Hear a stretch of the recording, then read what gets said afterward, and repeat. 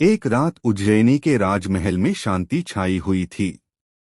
अचानक पहरेदारों ने देखा कि राजमहल के दरवाजे अपने आप खुल गए और दरबार के सिंहासन के पास एक दीपक अपने आप जल उठा। सभी घबरा गए। अगली सुबह राजा भोज को यह समाचार मिला। उन्होंने दरबार में सभा बुलाकर कहा, यह कोई साधारण बात नहीं। जब तक इस रहस्य का पता नहीं चलता, मैं चैन से नहीं बैठूंगा। बीरबल की तरह बुद्धिमान महादेव पंडित ने कहा, महाराज, यह जरूर किसी अदृश्य शक्ति का संकेत है। हमें इस रहस्य को जानने के लिए मन की आंखें खोलनी होंगी। अदृश्य मेहमान का आगमन। रात फिर से आई। राजा भोज ने खुद दरबार में पहरा दिया। जैसे ही घड़ी ने 12 बजाए, दरवाजा धीरे धीरे खुला। हवा का झोंका आया और सिंहासन के सामने से आवाज आई, राजा भोज, मैं अदृश्य मेहमान हूं। मैं तुम्हारी न्यायप्रियता की परीक्षा लेने आया हूं। राजा भोज ने शांत स्वर में कहा, यदि तुम अदृश्य हो तो तुम्हारा स्वर सत्य होना चाहिए। बताओ, परीक्षा क्या है? आवाज बोली, उज्जैनी में एक निर्दोष व्यक्ति को चोरी के झूठे आरोप में कैद किया गया है।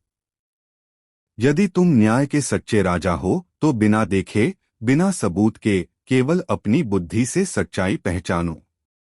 न्याय की परीक्षा। अगले दिन राजा भोज ने दरबार में वह कैदी बुलवाया। उसका नाम था धवल। उसके सामने लाया गया भैरव, वही अदृश्य मेहमान, अब मानवीय रूप में उपस्थित था। राजा भोज ने दोनों से कहा, मैं तुम दोनों से केवल एक सवाल पूछूंगा, जो सच्चा होगा वही उत्तर दे पाएगा। उन्होंने पूछा, यदि तुम्हें वह धन मिल भी जाए जिसे लेकर झगड़ा हुआ, तो तुम उसका क्या करोगे? धवल बोला, मैं वह धन अपने गांव के तालाब की मरम्मत में लगाऊंगा, ताकि सबको पानी मिले। भैरव मुस्कुराया और बोला, मैं वह धन अपने व्यापार में लगाऊंगा ताकि दुगना कमा सकूं। राजा भोज ने आंखें मूंदी और कुछ देर मौन रहे। फिर बोले, सत्य हमेशा उस ओर होता है जहां निस्वार्थता होती है।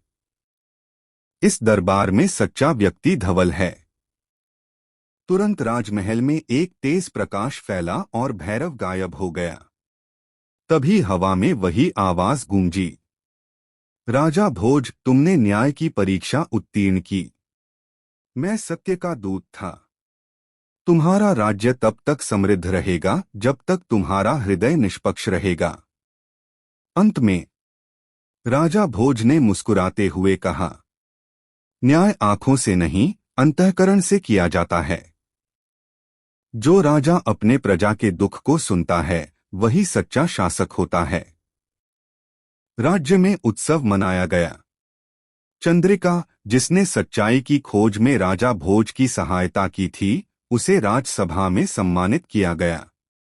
उस दिन से अदृश्य मेहमान की पहेली उज्जैनी के इतिहास में अमर हो गई। कहानी का संदेश। सच्चा न्याय वह नहीं जो सबूतों से साबित हो, बल्कि वह है जो मन की शुद्धता और बुद्धि की रोशनी से किया जाए। Please like, share and subscribe our YouTube channel.